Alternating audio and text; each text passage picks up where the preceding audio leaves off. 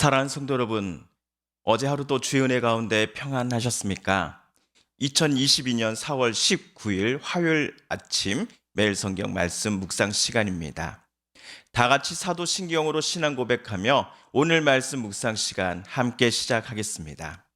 나는 전능하신 아버지 하나님 천지의 창조주를 믿습니다. 나는 그의 유일하신 아들 우리 주 예수 그리스도를 믿습니다.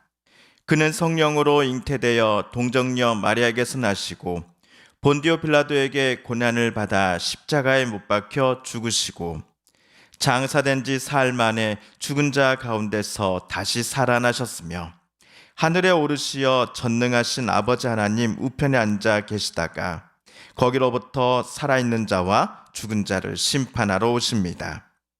나는 성령을 믿으며 거룩한 공교회와 성도의 교제와 죄를 용서받는 것과 몸의 부활과 영생을 믿습니다.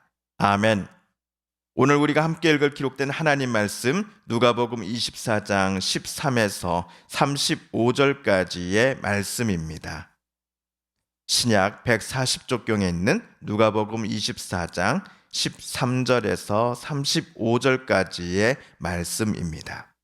그날에 그들 중 둘이 예루살렘에서 25리 되는 엠마오라 하는 마을로 가면서 이 모든 된 일을 서로 이야기하더라.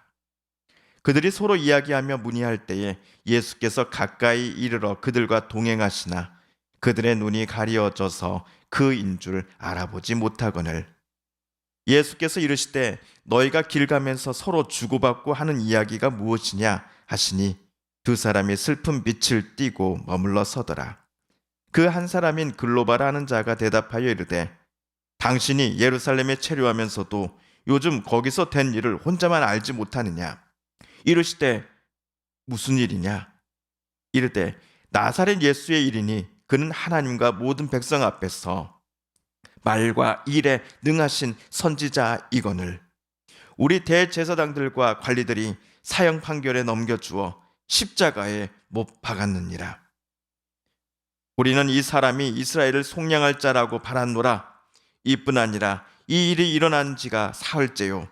또한 우리 중에 어떤 여자들이 우리로 놀라게 하였으니 이는 그들이 새벽에 무덤에 갔다가 그의 시체는 보지 못하고 와서 그가 살아나셨다 하는 천사들의 나타남을 보았다 함이라. 또 우리와 함께한 자 중에 두어 사람이 무덤에 가 과연 여자들이 말한 바와 같음을 보았으나 예수는 보지 못하였느니라 하거늘. 이르시되 미련하고 선지자들이 말한 모든 것을 마음에 더디 믿는 자들이여 그리스도가 이런 고난을 받고 자기의 영광에 들어가야 할 것이 아니냐 하시고 이에 모세와 모든 선지자의 글로 시작하여 모든 성경에 쓴 바 자기에 관한 것을 자세히 설명하시니라. 그들이 가는 마을에 가까이 가매 예수는 더 가려 하는 것 같이 하시니 그들이 강권하여 이르되 우리와 함께 유하사나이다. 때가 저물어 가고 날이 이미 기울었나이다 하니 이에 그들과 함께 유하러 들어가시니라. 그들과 함께 음식 잡수실 때 떡을 가지사 축사하시고 떼어 그들에게 주시니 그들의 눈이 밝아져 그인 줄 알아보더니 예수는 그들에게 보이지 아니하시는지라. 그들이 서로 말하되 길에서 우리에게 말씀하시고 우리에게 성경을 풀어 주실 때에 우리 속에서 마음이 뜨겁지 아니하더냐 하고 곧 그때로 일어나 예루살렘에 돌아가 보니 11 제자 및 그들과 함께한 자들이 모여 있어 말하기를 주께서 과연 살아나시고 시몬에게 보이셨다 하는지라. 두 사람도 길에서 된 일과 예수께서 떡을 떼심으로 자기들에게 알려주신 것을 말하더라. 아멘. 지난주 토요일 우리는 누가복음 24장 12절까지의 말씀을 함께 읽었습니다. 안식 후 첫날 새벽 막달라 마리아는 예수님의 시신에 향유를 붓고자 무덤을 찾아갔습니다. 그러나 무덤을 막는 돌은 어찌된 일인지 옆으로 굴러져 있었고 무덤 안에 있어야 할 예수님의 시신은 보이지 않았습니다. 마리아는 누군가가 예수님의 시신을 훔쳐갔다라고만 생각했습니다. 예수님의 부활을 그녀는 전혀 기대하지 않았기 때문이었지요. 그러나 무덤에서 만난 천사에게 예수님께서 예고대로 실제로 다시 사셨다라는 선언을 들은 후에야 마리아는 곧장 뛰어 제자들에게 찾아갔습니다. 그리고 말하였습니다. 제자 여러분, 예수께서 다시 살아나셨습니다. 마리아의 외침에 제자들의 반응은 차분했습니다. 어느 누구도 그녀의 말에 관심을 보인다거나 기뻐하지 않았습니다.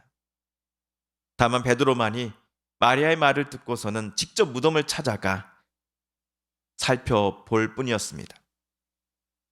마리아의 말처럼 시신이 있어야 할 자리에 시신을 쌌던 세마포만이 남겨져 있다라는 것을 베드로도 확인하였습니다. 그러나 희한하기만 생각할 뿐 베드로는 예수께서 예고대로 실제로 살아나셨기 때문에 이러한 일들이 일어났다라고는 전혀 생각하지 않았습니다. 베드로나 나머지 10명의 제자들 모두 예수님의 부활에 대한 기대가 전혀 없었기 때문이었지요. 그저 마리아를 딱한 눈으로 바라볼 뿐이었습니다. 같은 날 예루살렘에 모여있던 예수님을 따르던 많은 사람들 중에 두 사람이 그들의 고향인 엠마오를 향해 출발하였습니다. 두 사람이 생각해 볼 때 더 이상 여기 제자들과 함께 예루살렘에 머물 필요가 없어 보였기 때문이었지요. 이들은 걸으면서 예수님의 죽으심과 그리고 마리아가 찾아와 예수께서 부활하셨다라는 말에 관하여 서로에게 얘기하였습니다. 그런데 이 두 사람은 어떤 낯선 말동무를 만나게 됩니다. 낯선이도 두 제자와 가는 길이 같았는지 이들 세 명은 그날 저녁까지 함께 걷다가 숙소에 들러 쉬게 되었습니다. 이들 두 명은 걷는 내내 슬픈 표정을 하고 있었음을 낯선이는 알 수 있었습니다. 그래서 낯선 사람은 무슨 일 때문에 안색이 그렇게 안 좋습니까? 라고 물었지요. 이에 그들 중에 한 명인 글로바란 사람이 조금은 어이가 없다는 듯이 말을 꺼냈습니다. 글로바의 이야기를 한번 여러분 들어보시겠습니까? 아니, 당신은 예루살렘에 머물렀으면서도 최근에 나사렛 예수와 관련한 일을 전혀 들어보지 못했습니까? 그는 하나님과 모든 백성 앞에서 말과 일에 능하신 선지자였습니다. 사실 우리는 그분이야말로 이스라엘을 로마로부터 구원해 주실 메시아라고 알고서 그분께 소망을 걸었던 게 사실이었습니다. 하지만 대제사장들과 관리들이 사형 판결을 내리더니 그분을 십자가에 못 박아 처형하였습니다.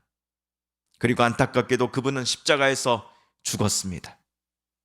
그런데 그가 돌아가신 지 3일째가 되는 날 마리아라고 하는 여인이 새벽에 무덤을 보고 오더니 거기서 만난 천사가 예수님께서 다시 살아나셨다라고 그녀에게 말했다는 게 아닙니까?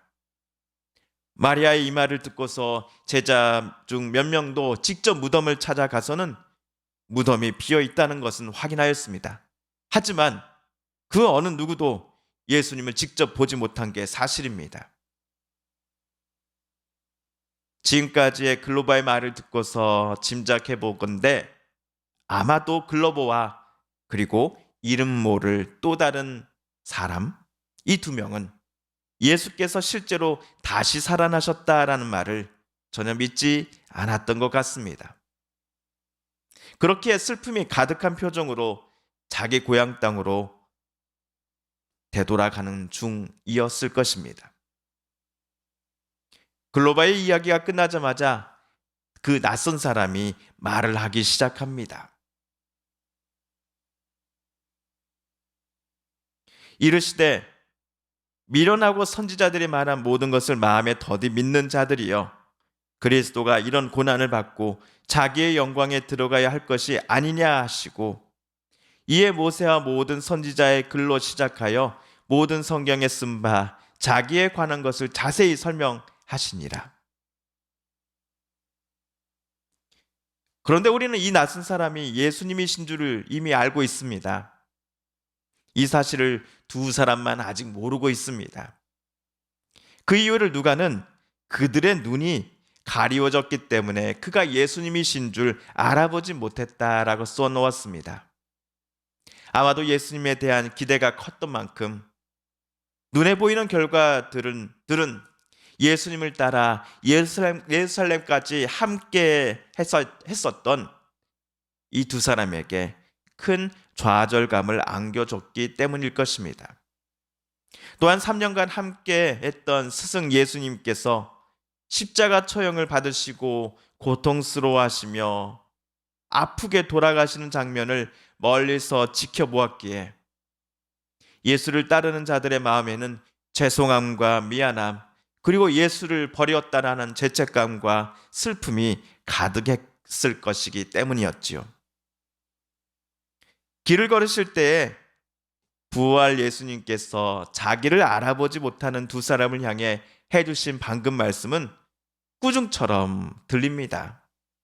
그러나 예수께서 해주셨던 말씀은 큰 실망과 절망 속에, 또한 죄책감 속에 빠져있는 두 사람을 향하신 위로와 격려의 말씀이요, 또한 그들에게 새로운 꿈을 품게 하는 희망의 말씀이었습니다.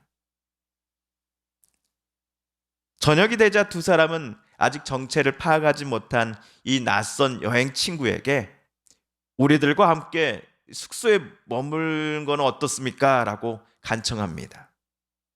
낯선이도 흔쾌히 승낙하지요. 잠시 휴식을 취한 후 세 명은 한자리에 모여 저녁 식사를 합니다. 이때 글로버와 일행의 머릿속에는 어디선가 분명히 보았던 장면이 자기 눈앞에 펼쳐지고 있다는 것을 알게 되었습니다. 그 낯선 이가 떡을 가지사 축사하신 후에 떼어서 이들에게 조각낸 빵을 건네주는 게 아닙니까? 이 모습은 우리가 3일 전에 유월절 식사를 준비할 때에 죽기 전 예수께서 우리에게 해주셨던 모습인데, 설마 지금 이 사람이 예수란 말인가? 죽으셨던 예수님께서 마리아의 말처럼 정말 부활하셔서 우리와 하루 종일 걸으셨단 말인가? 그것을 우리가 이제서 깨달은 거고? 라고 그들이 생각하는 순간 그 낯선 이는 더 이상 그 두 사람과 함께 있지 아니하였습니다. 예, 맞습니다. 두 사람과 함께 오늘 하루 종일 걸으시고 또한 성경을 풀어주실 때에 두 사람의 마음을 뜨겁게 해주셨던 그 낯선 이가 바로 부활 예수님이셨습니다. 그제서야 이 낯선 이의 정체를 알아챈 두 사람은 엠마오로 가는 길을 멈추고 다시 예루살렘으로 되돌아가기 시작합니다. 얼마나 급했는지, 얼마나 흥분했는지 그들은 해가 졌음에도 예루살렘을 향해 출발하기를 주저하지 않았습니다. 주님께서 정말로 다시 살아나셔서 우리들과 하루 내내 함께 계셨습니다라고 예루살렘에 남아있는 제자들에게 말하기 위해서였습니다. 그런데 이게 웬일입니까? 글로버와 그의 동료들의 말을 제자들은 기쁜 마음으로 경청하면서 서로에게 예수께서 부활하신 것이 정말 맞구나라고 이야기하는 게 아닙니까? 부활하신 예수님은 글로바 일행에게만 나타나신 것이 아니라 12 제자 중 한 명인 시몬 베드로에게도 같은 날 나타나셨기 때문이었습니다. 아직 부활하신 예수님을 못 뵌 나머지 제자들도 근심과 두려움, 무서움과 실망으로 가득했던 그들의 마음이 희망과 소망, 그리고 뜨거움으로 바뀌고 있다는 것을 느낄 수 있었습니다. 이들도 글로바처럼, 그리고 시몬 베드로처럼 자기들도 부활하신 예수님을 직접 만날 수 있기를 고대하였습니다. 사랑하는 성도 여러분, 오늘 말씀을 읽으실 때에 하나님께서 저와 여러분에게 깨닫게 주신 교훈과 또 하나님의 음성, 하나님의 뜻을 기억하시며 우리가 함께 읽은 말씀을 붙잡고 이 시간 함께 기도드리기를 원합니다. 우리 성도님들과 가족들 중에 하나님의 고쳐주심과 일으켜 세워주심을 놓고 간절히 기도하는 분들이 계십니다. 우리도 한 마음과 한 뜻으로 함께 기도드리십시다. 우크라이나의 전쟁이 어서 속히 끝나게 하여 주시고 평화를 허락하여 주소서. 코로나19로 고통받고 힘들었던 이들이 어서 속히 회복되게 하여 주시고 미래에 대한 소망을 다시 품게 하여 주소서. 마지막으로 우리가 가지고 나온 간절한 기도 제목 하나님께 아뢰며 하나님의 은혜의 보좌 앞으로 더 가까이 나아가겠습니다. 함께 기도합니다.